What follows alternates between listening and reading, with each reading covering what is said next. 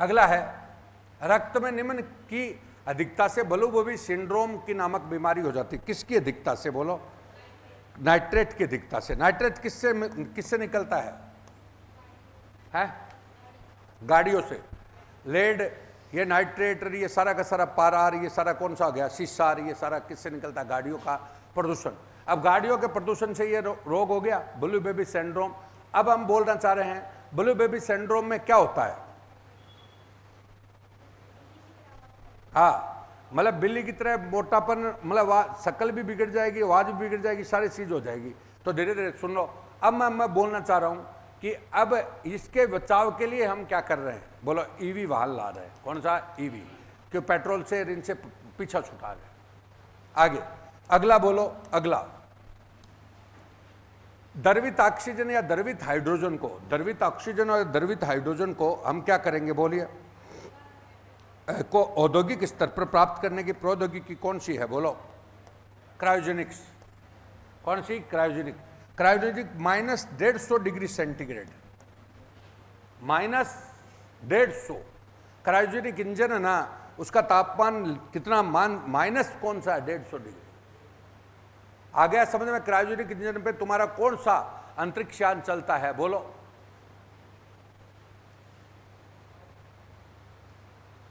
GSLV। अरे पहला नंबर आए ASLV। ASLV ठोस ईंधन पे था, बाद में PSLV द्रव्य पे था, और GSLV गैस और क्रायोजेनिक पे था। ले लो। अगला विटामिन। आगे विटामिन, इसकी हीनता से होने वाले रोग, ये बोलो। तो विटामिन हीनता से होने वाले रोग में विटामिन C, बोलो। है कौन सा गैस? स्कर्वी। विटामिन D का रिकेट्स, और विटामिन E रात्रि अंधता। तो इसमें कौन सा गलत बोलता है? क्या 3 गलत है इसमें? क्या है यार? हाँ, 1 और 2 सही है, तो 3 गलत हो गया, तो केवल ये आएगा। है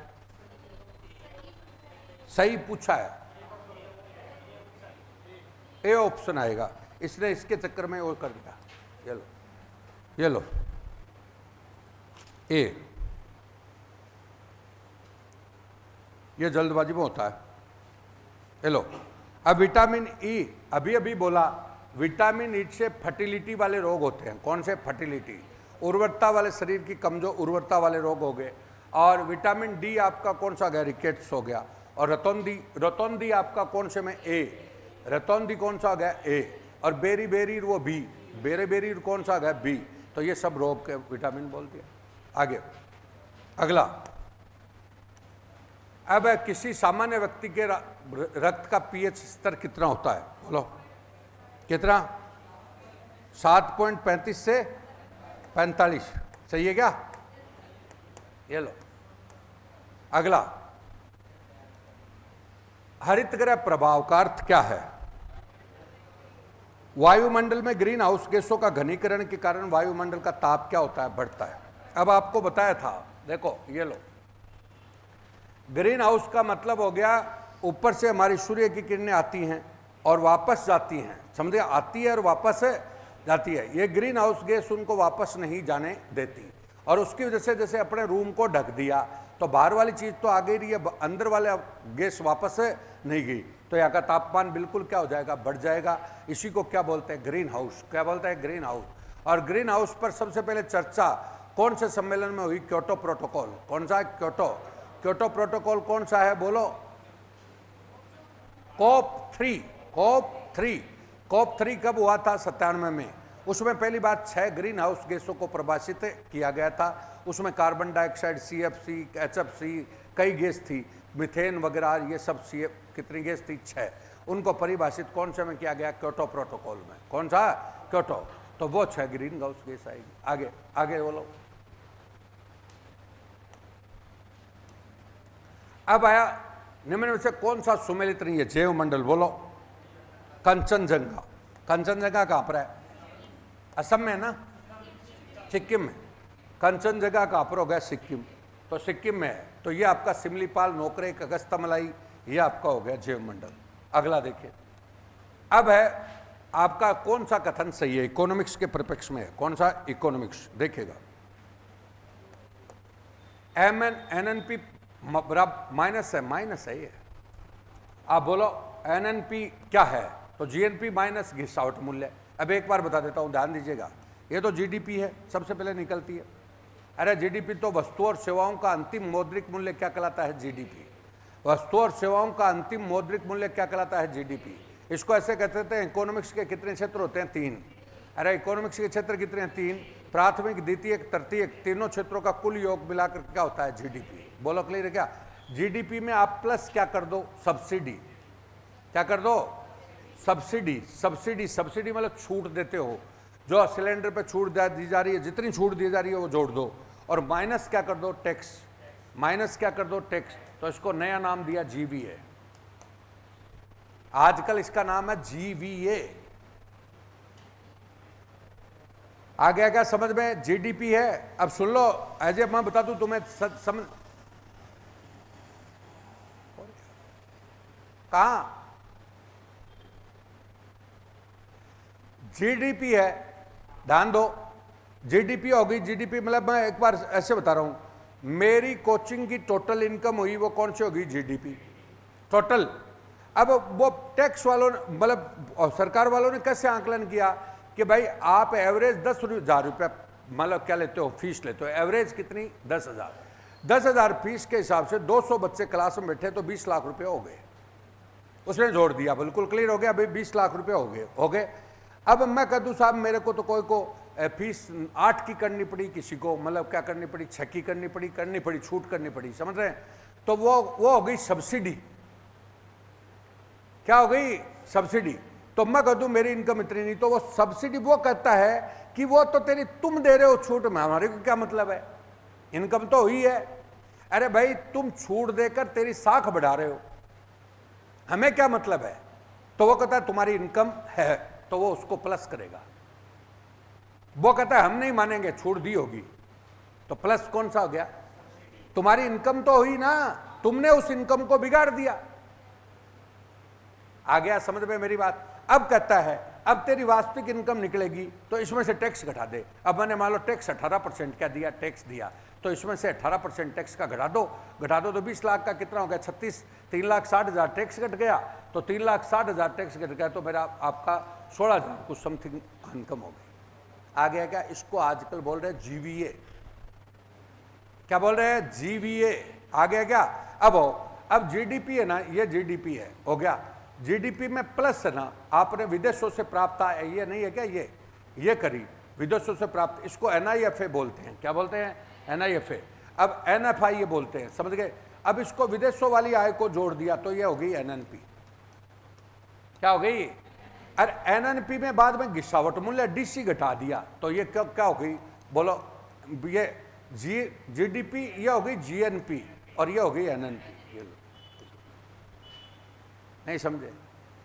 ये विदेश वाली आय का मतलब है पूरी आमदनी। जीडीपी तो ही ना, हमारे लोग तो विदेश में काम करते हैं और वहाँ के लोग यहाँ पे काम करते हैं। अभी यहाँ वाले तो वहाँ पैसा ले जाएंगे, वहाँ वाले यहाँ पैसा लाएंगे, तो वो प्लस माइनस होकर जुड़ जाएगी। तो वो कौन सी हो जाएगी? जीएनपी। जीएनपी कौन सी? जीएनपी। बाद में घिसावट, ये सब चीज़ें घिस रही है, इनका घटा दोगे तो वो कौन सा हो जाएगा? एनएनपी। एनएनपी का मतलब राष्ट्रीय। तो इसका कौन सा सही है बोलो? ये इसने एनएनपी दोनों जगह लिख दिया, ये गड़बड़ कर दिया। आज सही है, गलत लिख दिया थोड़ा सा। क्वेश्चन को दोनों सही है वैसे, ये दोनों सही है वैसे तो, क्योंकि लेकिन लैंग्वेज सही आनी चाहिए इसमें। ये लो, मैंने क्या बोला? पहले निकलती है जीडीपी। सुन लो, पहले क्या निकलती है? जीडीपी। जीडीपी मतलब ग्रोस नेट प्रोडक्शन। आ गया? मतलब ग्रोस नेशनल उत्पाद प्रोडक्शन, नेशनल प्रोडक्शन। समझ गए क्या? जीएनपी ग्रोस नेशनल प्रोडक्शन मतलब सकल घरेलू उत्पाद, डोमेस्टिक भी बोलते हैं उसको, डोमेस्टिक सकल घरेलू उत्पाद, जीडीपी। समझ गए? जीडीपी में आपने क्या किया बोलो? विदेश वाली प्लस कर दी तो क्या बन गई? जीएनपी। विदेश वाली करते ही क्या बन गई? जीएनपी। और उसमें से घिसावट घटा दी तो कौन सी बन गई? एनएनपी। आ गया क्या? और मैंने क्या बोला? इसमें सब्सिडी प्लस और माइनस क्या कर दी? टैक्स। तो कौन सा बन गया? जीवीए। ये सारी रह मैथ्स है। अब कई अगर तुम चीजों को ध्यान नहीं दोगे ना तो वो एक अलग चीज है। अब आओ, अब इनमें ना तुम्हारे को कैसे उड़ जाता टीचर वो बता रहा हूं, वो सुनिए। टीचर क्या करता है, ये गया वो आया, तुम्हें एक स्टेटस की तरह पढ़ाने लग जाता है। एक्चुअली ये जनरल जीके है, वो ऑप्शनल है। जनरल जीके में ऐसे ही पूछता है, 10 मिनट का नहीं 3 मिनट का काम है। अब वो टीचर कह रहे किराया आएगा, वो फलाना जुड़ेगा और वो हटेगा और वो खुश रहता है, और उसका काम 4 दिन का बुरा।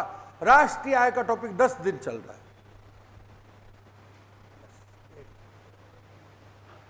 आगे अब आओ, धारणीय विकास भावी पीढ़ियों के अपनी आवश्यकताओं को पूरा करने में सामर्थ्य से समझौता किए बगैर वर्तमान की आवश्यकताओं को पूरा करता है। इस परिप्रेक्ष्य में धारणीय विकास का सिद्धांत निम्नलिखित किस एक सिद्धांत में जुड़ा हुआ है, बोलो?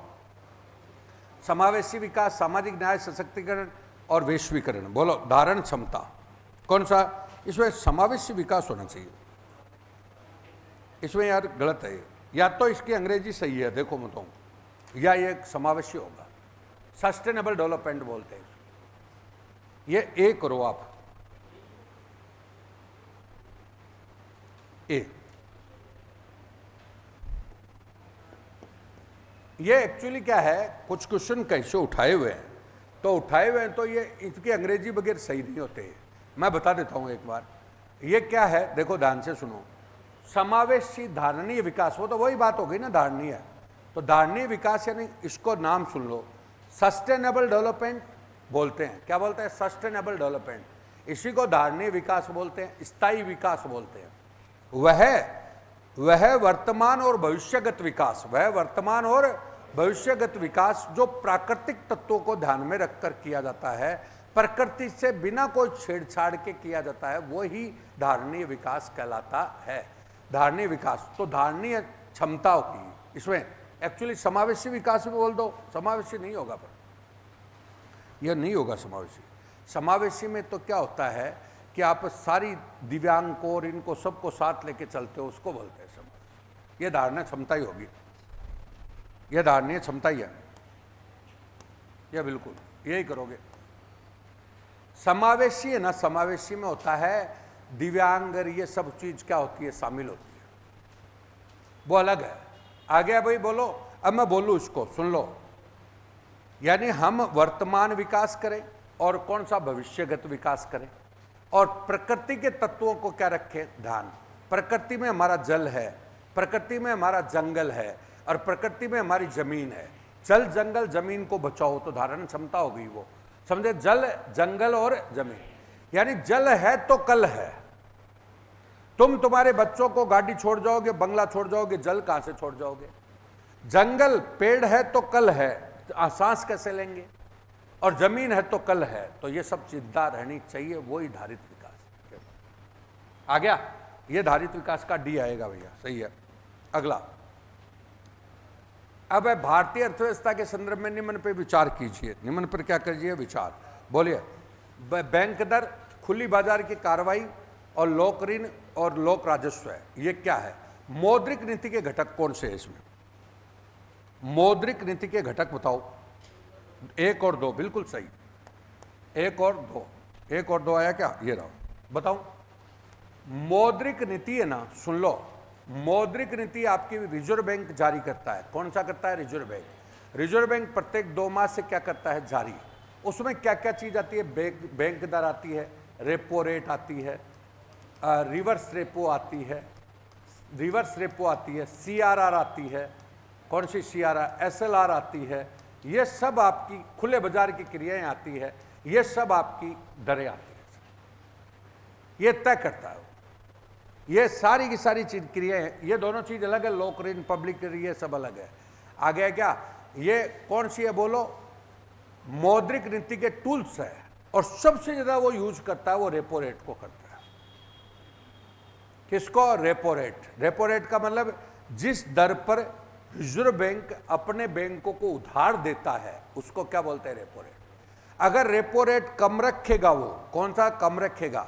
कम रखेगा तो उन बैंकों को ब्याज कम लेगा, तो ब्याज कम लेगा तो बैंक भी है ना, लोगों को कम ब्याज पर क्या देंगे? लोन। तो जनता के पास पैसा क्या आएगा? ज़्यादा। तो जनता की खरीद की क्षमता क्या होगी? बढ़ेगी। बढ़ेगी तो मार्केट भी क्या होगा? बढ़ेगा, क्योंकि बाजार बढ़ेगा, मांग की पूर्ति, तो उद्योग धंधे लगेंगे, तो विकास क्या होगा? ज़्यादा। अगर इसको कम कर ज़्यादा कर देगा तो वो बैंक उधार लेंगे नहीं, तो बाजार में भी नहीं देंगे, तो जनता की मांग क्या हो जाएगी? कम, तो मार्केट रुक जाएगा। आया क्या? ये टोटल आपकी बात है। आगे देखिए,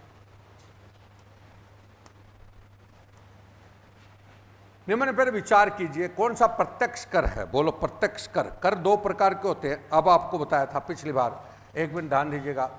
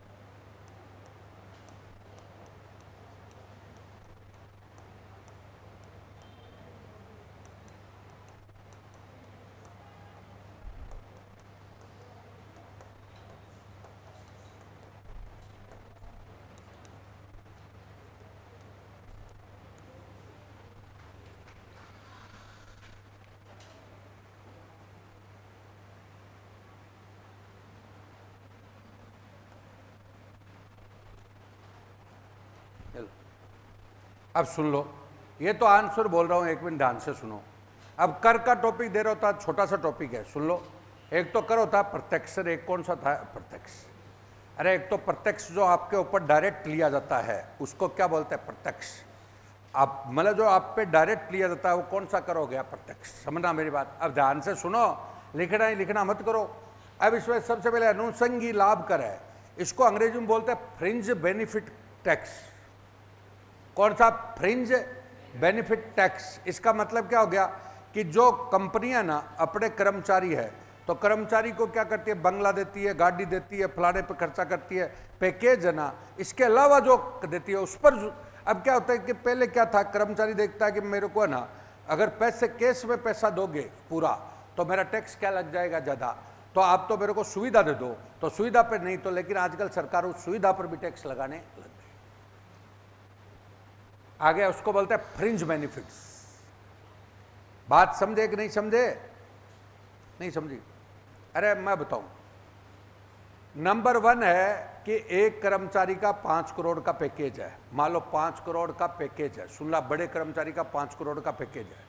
अब 5 करोड़ का पैकेज उसको दे दिया, तो सरकार उस पर इनकम टैक्स 30% के हिसाब से लगाएगी। 30% इनकम टैक्स 15 लाख से ऊपर कितना लगता है? 30%। अब 15 लाख से 30% लगता तो 5 करोड़ का कितना हो गया भाई? गया ना लगभग 1.5 करोड़ रुपया, तो उसका गया, तो 3.5 करोड़ ही बचा ना उसके पास। तो कंपनियों ने दिमाग लगाया कि भाई इसको पैकेज तो दे दे 3 करोड़ का। कितने का दे दिया? 3 का।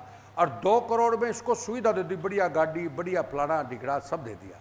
आ गया 5 दे रहे। इधर कंपनी भी टैक्स से बच गई और वो भी टैक्स से बच गया, लेकिन सरकार को क्या हुआ? लॉस हुआ। तो सरकार ने उस कड़ी को पकड़ लिया कि तुम्हारी लाभ पर भी, उस पर भी हम क्या लेंगे? टैक्स। तो वो कौन सा अनुसार? तो डायरेक्ट ही तो लगा उस पे। अरे लगा ना। अगली बात बोलो, नंबर 2 ब्याज कर। ब्याज पर कर लगेगा तो डायरेक्ट ही लग रहा है। अरे ब्याज आता है तुम्हारे, उस पर भी क्या लगेगा? कर। आ गया।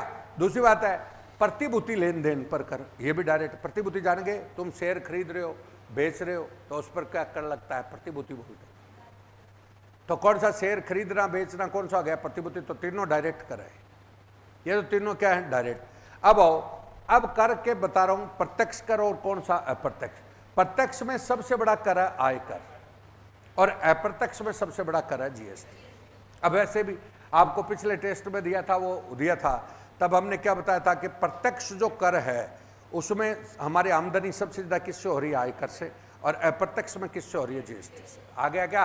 अब आया दूसरा कर होता है निगम कर। निगम कर मतलब उद्योगपति होता है ना, उसके लाभ पर जो कर लगता है उसको क्या बोलते हैं? निगम कर। कॉर्पोरेट टैक्स कौन सा? तो आपने देखा हो तो हमने वो भारत के बजट के क्वेश्चन दिए थे, आपको दिए थे ना पिछली बार, तो भारत के बजट के क्वेश्चन दिए थे, तो उसमें साफ साफ था कि कॉर्पोरेट टैक्स को घटाया गया, क्योंकि बाहर की कंपनियां यहाँ पे आएगी तो टैक्स को घटाएंगे तभी आएंगी। तो लाभ पर कर होता है, संपत्ति पर तुम्हारी कर लगता है वो सारा, और कृषि आयकर ये, और परिवहन, परिवहन तुम कोई गाड़ी मोटर लाते हो तो उस पर लगता है। तो ये सब कर कौन से हैं? प्रत्यक्ष। अब इनमें भी ये कर कौन लगाता है? केंद्र। और ये कर कौन लगाता है? राज्य। अब ये भी डिवीजन हो जाता है, एक तो पहले प्रत्यक्ष और अप्रत्यक्ष बटा, बाद में केंद्र और कौन सा? राज्य। अब तुम गाड़ी लाने गए ना, तो तुम्हारे ऊपर कर लगाया डीटीओ ने, तो वो कौन सा गया? परिवहन कर आ गया। अब अप्रत्यक्ष में जीएसटी, सीमा शुल्क, ये कौन लगाता है? केंद्र सरकार। आबकारी, दारू लाने गए तो कौन सा? राज्य सरकार। अब दारू लाने गया कोई, तो बोतल को तो दिया है पैसे, वो दुकानदार चुकाएगा उसका, तो कौन सा? अप्रत्यक्ष। सोच को बढ़ाना पड़ेगा। कोई भी परीक्षा है ना, जैसे मैं कल इनको फाउंडेशन में कह रहा था इनको, देखो मैंने कहा कि तुम सोचते हो लड़का बर्बाद हो कैसे होता है, वो बता दूं 2 मिनट के लिए, बर्बादी के रास्ते बता रहा हूं 2 मिनट। हो गया ये तो? अब ये तो आंसर है आपका, वो आ जाएगा उस पर, समझ गए क्या? अब सुनिए, अब मैंने क्या बोला, बर्बादी के जो रास्ते हैं वो क्या है?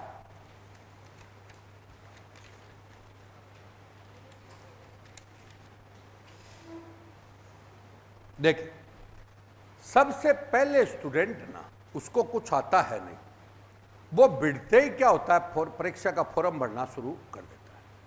अरे परीक्षा का फॉर्म क्या, ग्रेजुएशन करके आया, वो फॉर्म नौकरियों का भरना शुरू करता है, और वो बेसिकली कोई गाइड वाइड ला करके वो ये सोचता है कि जैसे मैंने बीए एमए पास करी थी ना, वैसे ही ये परीक्षा होती है। कोई कोचिंग ज्वाइन कर लेता है, कोचिंग में उसको हकीकत बता रहा हूं कि उसकी हवा भी नहीं लगती। मैं एक एक बात सोच विचार के बता रहा हूं। वो जो ही बीएड करके आया कोचिंग में हुआ, उसको हवा ही नहीं लगती, खाली वो क्या करता है? उन फैक्टों को रटता है। ये इससे ही हो रहा है, तभी तो छटते हैं छोरे। अब वो फिर एग्जाम कोशिश दे दी, फिर फेल हो गया, ऐसे करके 3-4 साल तो उसको ऐसे हो जाता है। हर लड़का 3-4 साल से ऐसे घूम रहा, 3 दे दी, 4 दे दी, वो कहता उसमें रह गया, उसमें रह गया, उसमें रह गया। बोलो अब सुनो, अब हमने फाउंडेशन कोर्स किया ना, उसमें मैंने इनको यही बताया, देखो कि अगर तुम्हें 1 साल पहले परीक्षा देनी है तो मेरे पास आना मत। 1 साल तो तुम डिक्शनरी ही जान पाओगे। डिक्शनरी का मतलब क्या हो गया कि एक्चुअली ये होता क्या है, बाद में तुम्हारी कहानी क्या होगी शुभ। डिक्शनरी मतलब, अब जैसे मैं तो बोल दिया कि साहब ये कर रहा है, ये वो फलाना कर रहा है, अब लड़के को क्या पता चला? वो तो अभी दे रहा है, अब वो पढ़ाई नहीं, तो नॉर्मल कोई किस्मत से याद रह गया तो ठीक है, नहीं जाना तय। 1 साल तक तो उसकी डिक्शनरी डेवलप नहीं होती। अब वो रास्ता सीधा पकड़ ले कि पहले 1 साल ढंग से पढ़ करके और फिर कोई कोचिंग वोचिंग ज्वाइन करे। अब वो यहां भी गलती कर रहा है, 12वीं पास का छोरा सीधा का सीधा 1.25 लाख रुपया उसका दे दिया और उसको बर्बाद कर दिया। भाई साहब, उन छोरों को यह भी नहीं पता कि हो क्या रहा है। हमारे पास आते हैं ना, अब चलो हमने तो कम फीस में कर दिया, अब वो आते हैं हमारे पास तो बेचारों को कुछ पता ही नहीं। उनको अपना कोर्स करा दिया तो 6 महीने बाद वो कहते तू हो गया पूरा तेरा जा।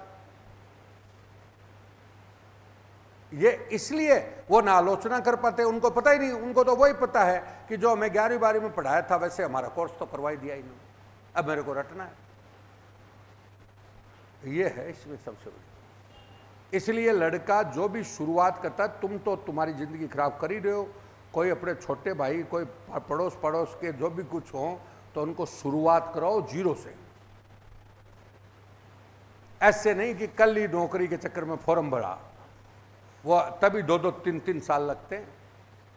मैं गलत नहीं कहता, कोई ये भी नहीं कहता, क्योंकि ये क्या होता है कि हमारे को और कॉन्फिडेंस, हमारी वो मानसिकता नहीं बदल पाते। हम सोचते हैं कि भाई हम तो ग्रेजुएट हैं, वो देते ही वैसे हो जाएगा, इसलिए नहीं हो पाता। मैं ये नहीं कर रहा हूँ सबकी दुआ पॉजिटिव रह रही है, मेरी दुआ आपके साथ है, वो बात एक अलग है, परंतु मैं कहना ये चाह रहा हूँ कि वो सारी दुआ है ना, वो भाग्य पर आधारित है। भाग्य समझ गए क्या, कि भाग्य से जो चीज पढ़ी वो आ गई तब तो ठीक है, नहीं जाना तय है।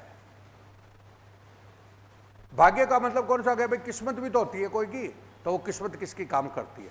वैसे आप सकारात्मक रहे, दिए परीक्षा पॉजिटिव दे, और मैं तो ये कहूंगा अभी 7 दिन बाकी है, 7 दिन है क्या बाकी, अपने पुराने जो पेपर हैं, आज मैंने बजट का वो भी डाल दिया उस पर, ऑनलाइन पे डाल दिया बजट, और कौन सा आर्थिक समीक्षा, समझ गए, राजस्थान की और कौन सी भारत की, समझे।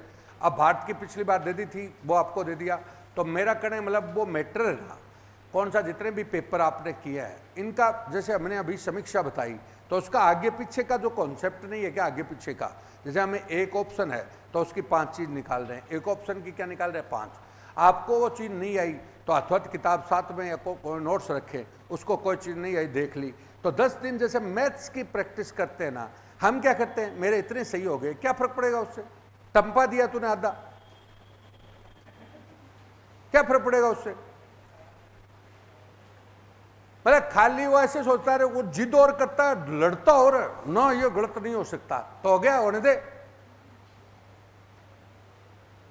अब आधे से ज्यादा तो अपना टेस्ट दिए चले गए, मेरे इतने सही हुए, क्या होगा इससे। मैथ्स की तरह जितने टेस्ट दिए हैं उनका प्रैक्टिस कीजिए, और प्रैक्टिस में एक में ऑप्शन कितने हैं, 4 ऑप्शन की सारी डिटेल्स करते हैं इधर उधर, तो टोटल की डिटेल करते हो तो आप खुद देखो, मान लो अपने कितने टेस्ट लिए, 15 लिए क्या, 15-16 जो भी टेस्ट लिए, अब मान लो 100 क्वेश्चन भी एवरेज हैं, तो मान लो 2000 के लगभग अपने क्वेश्चन आए। अब 2000 के लगभग क्वेश्चन है, तो 2000 के एक ऑप्शन में 2000 क्वेश्चन है, उसमें एक में ऑप्शन में 4 है, तो 4 है तो कम से 10,000 क्वेश्चन बैंक होता, तो 10,000 में सारे सब्जेक्ट आ जाएंगे। तो लगभग पास का और तुम्हारे आगे बढ़ने का तो तरीका बेस्ट है, तो ये करो, समझ गए। और घबराओ मत, और चीजों को सकारात्मक लो, और कोई भी चीज को पढ़ते हो उसको समराइज करो। समराइज का मतलब है कि भाई ये है, अपन कोई आदमी का नहीं देखते क्या कि ये कैसा आदमी है, एक संक्षिप्त में बता कैसा आदमी है। कोई भी आदमी की डिटेल है तो शॉर्ट में बता कैसा है, वही टॉपिक को देखा, उसको शॉर्ट में देखा कि क्या कहना चाहता है, खत्म। अब हम शॉर्ट में क्या, तो पहला से लाइन से मैं जो बोल रहा हूं उन बातों को तुम्हारे लिए बहुत से बैठे हो, कोई को समझदार हो, अच्छी बात है। मैं ये कह रहा हूं कि आप वास्तव में देखो कि क्या करता है लड़का, सिर्फ वो मूर्त की तरह आता है, कोचिंग में आता है, लिखता है, चला जाता है, ये हकीकत है। सवाई सिंह थोड़ा स्पष्ट बोल देता है, और इसकी आदत में ये हो रहा है घर वाले, जैसे हमने एक वो किया, कौन सा ऑप्शन किया कि किसी का कोर्स पूरा हो गया तो 25% के माध्यम से वो दोबारा ज्वाइन कर सकता है, लेकिन वो नहीं करेगा, वो घर वालों को और वो खुद को, कोचिंग तो कर ली, अब क्या हो गया। अब वही चीज आप दोबारा पढ़ते हो ना, 3 बार पढ़ते हो, मान लो आपका 20-30 हजार रुपये लग गया, तो क्या लगा भाई, वो पहली बार पढ़ा इतनी समझ में नहीं आएगी, दोबारा पढ़ा और समझ में आएगी, तिबारा पढ़ा वो सारी कहानी समझ में आ जाएगी।